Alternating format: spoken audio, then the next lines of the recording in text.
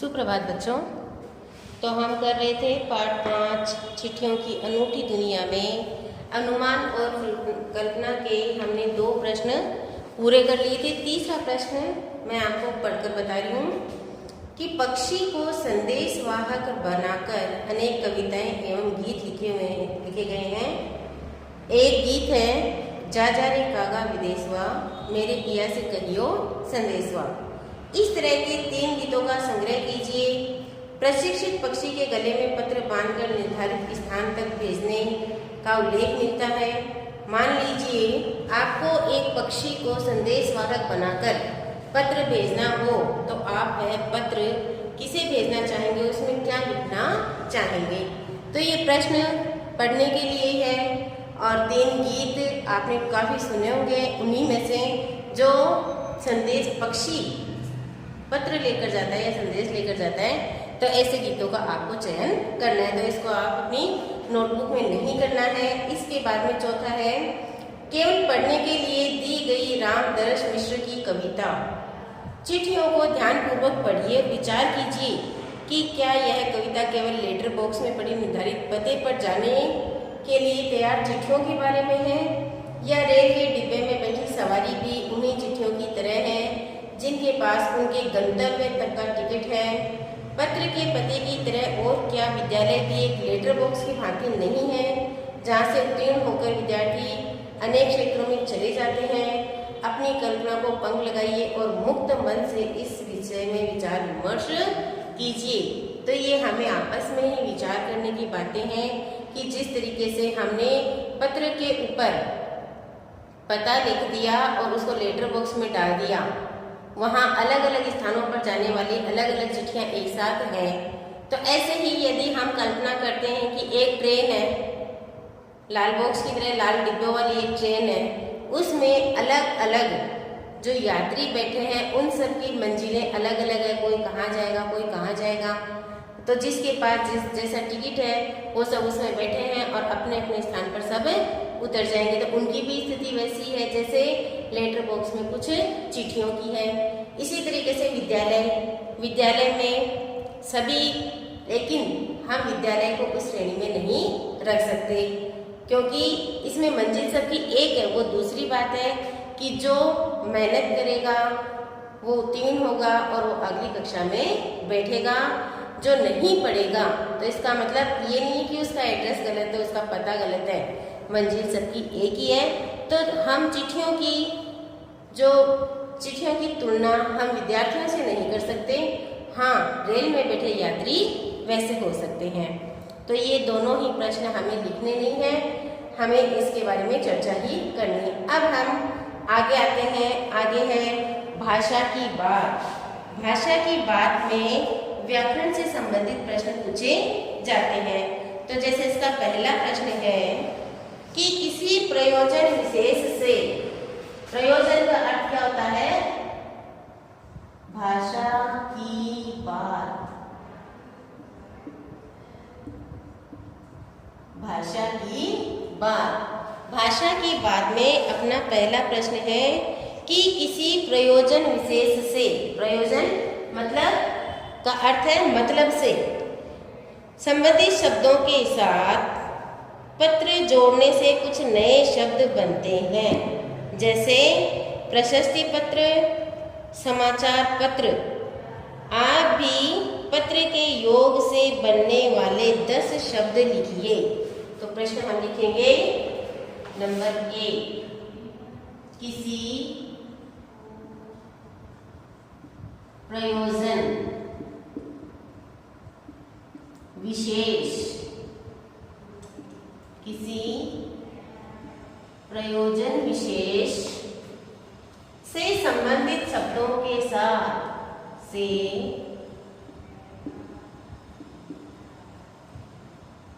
संबंधित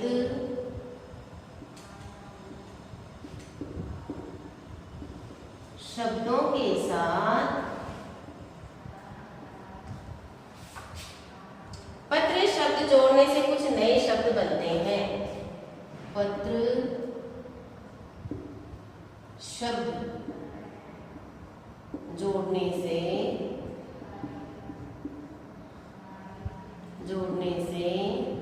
नए शब्द बनते हैं, नए शब्द बनते हैं। जैसे प्रशस्ति पत्र, जैसे प्रशस्ति पत्र। प्रशस्ति पत्र क्या होता है? प्रमाण जिसमें प्रशंसा की गई हो। प्रशस्ति पत्र, समाचार पत्र, समाचार पत्र जिसमें हम देश दुनिया की खबर पढ़ते हैं, सुबह सुबह समाचार आते हैं ना, तो समाचार के उसमें तो हो गया समाचार पत्र। आप भी पत्र के योग से बनने वाले 10 शब्द लिखिए। आप भी पत्र के योग से बनने वाले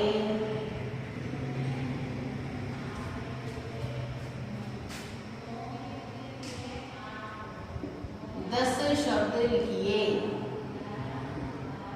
10 शब्द लिखिए। ठीक है, इसका उत्तर हम लिखेंगे। उत्तर नंबर 1। ठीक है, जैसे निमंत्रण पत्र, हम किसी को निमंत्रण देते हैं पत्र के द्वारा, तो लिखते हैं निमंत्रण पत्र। दूसरा है बधाई पत्र, पास आने पर या कोई अच्छा कार्य करने पर बधाई दी जाती है, तो वो हो गया बधाई पत्र। ऑफिशियल जो भी होते हैं वो है विभागीय पत्र, विभागीय पत्र। ठीक है, व्यापार से संबंधित है, ये हो गया अपना तीसरा। ठीक है, व्यापार से संबंधित है तो है व्यापारिक पत्र।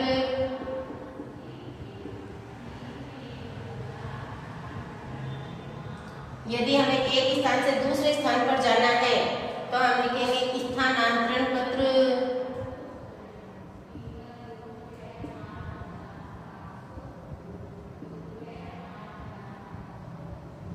कहीं हमें प्रवेश देना है तो उसके लिए आएगा प्रवेश पत्र।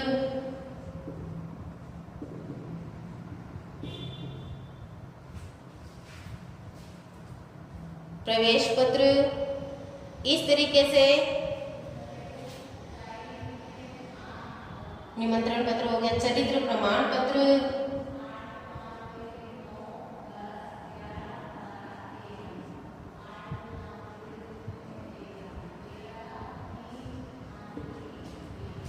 औपचारिक पत्र,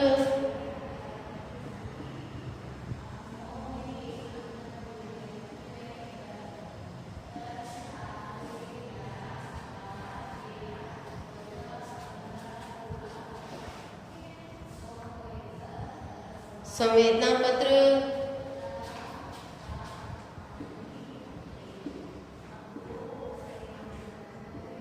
संवेदना पत्र।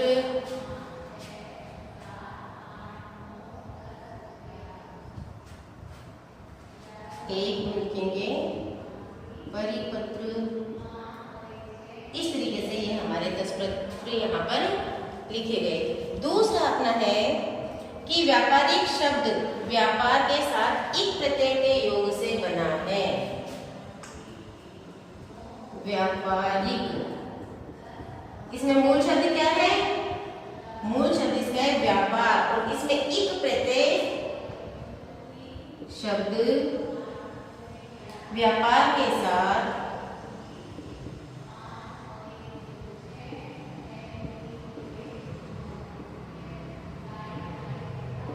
इक प्रत्यय के योग से बना है। प्रत्यय के योग से बना है।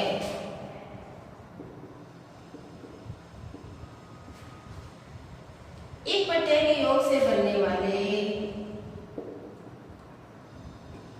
एक प्रत्यय के योग से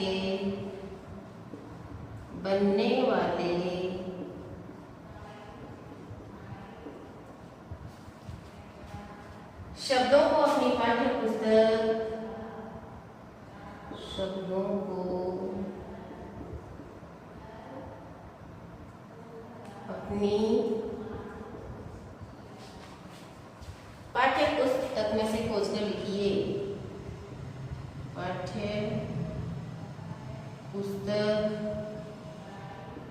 में से खोजकर लिखिए। व्यापारिक शब्द, व्यापारिक शब्द का मूल शब्द है व्यापार और व्यापार के साथ में इक प्रत्यय के योग से बन गया व्यापारिक। अब हमें कुछ ऐसे शब्द लिखने हैं जो इक प्रत्यय के योग से बनते हैं। उत्तर लिखिए आप। जैसे समाज,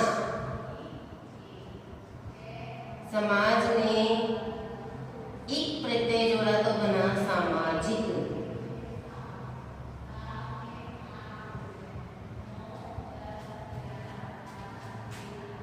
नगर, इक प्रत्यय जोड़ा बना नागरिक। इसमें कुछ परिवर्तन हो जाता है इक प्रत्यय जोड़ने पर। फिर है इतिहास में एक प्रत्यय जोड़ने से बना ऐतिहासिक। फिर है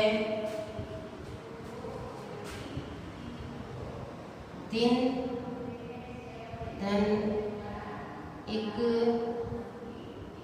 दैनिक। अब इसी तरीके से इक प्रत्यय के योग से आपको कम से कम 10 शब्द आपको आज होमवर्क के रूप में करने हैं। ठीक है, इसके आगे का प्रश्न है, दो स्वरों के मेल से होने वाले परिवर्तन को स्वर संधि कहते हैं। जैसे रविंद्र, रवि धन इंद्र। इस संधि में ई और ई मिलकर बड़ी ई बन गई है। ये यहाँ पर मैं आपको लिखकर बताती हूँ।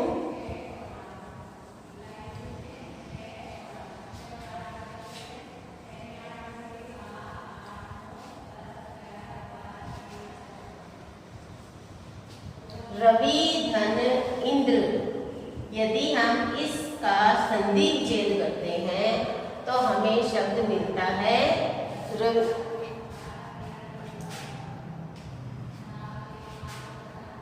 रवि धन इंद्र। ठीक है, वी, वी में कौन सा स्वर है? छोटी ई। और यहाँ कौन सी ई है? छोटी ई, जो मिलकर बनेगी बड़ी ई। तो रविंद्र से बन गया रविंद्र। अब यहाँ बड़ी ई लग गई। ये है कौन सी संधि? स्वर संधि। ये दीर्घ संधि है कि दोनों समान स्वर मिलकर, और दीर्घ मतलब बड़ा रूप ले लेते हैं, तो यह दीर्घ संधि है। दीर्घ संधि के और उदाहरण खोजकर लिखिए। मुख्य रूप से स्वर संधियां 4 प्रकार की मानी गई हैं: दीर्घ, गुण, वृद्धि और यण। ये चारों संधियां स्वर संधि के ही प्रकार हैं। तो इसमें से अपने को दीर्घ संधि के और भी उदाहरण खोजकर लिखने हैं। तो आप इसी तरीके से, जैसे मैं आपको बताती हूँ, 2-4 उदाहरण मैं बता देती हूँ, इसके बाद में आपको करने हैं। जैसे हिम, धन, आलय। ठीक है, इसको यदि हम इसकी संधि करते हैं तो आएगा हिमालय। ठीक है, अब यहाँ देखिए कौन सा स्वर है? ए। ये कौन सा स्वर है? आ। दोनों मिलकर क्या बन गए? आ। इस तरीके से कि दो समान स्वर मिलकर दीर्घ जो स्वरूप होते हैं वो ले लेते हैं, वहां पर होती है दीर्घ संधि, जो कि एक स्वर संधि का ही भाग है, एक प्रकार है। तो इस तरीके से आपको भाषा की बात में आज एक प्रत्यय लगाकर तो कम से कम 4 शब्द और लिखने हैं और इस तरीके से दीर्घ संधि के आपको 10 उदाहरण लिखने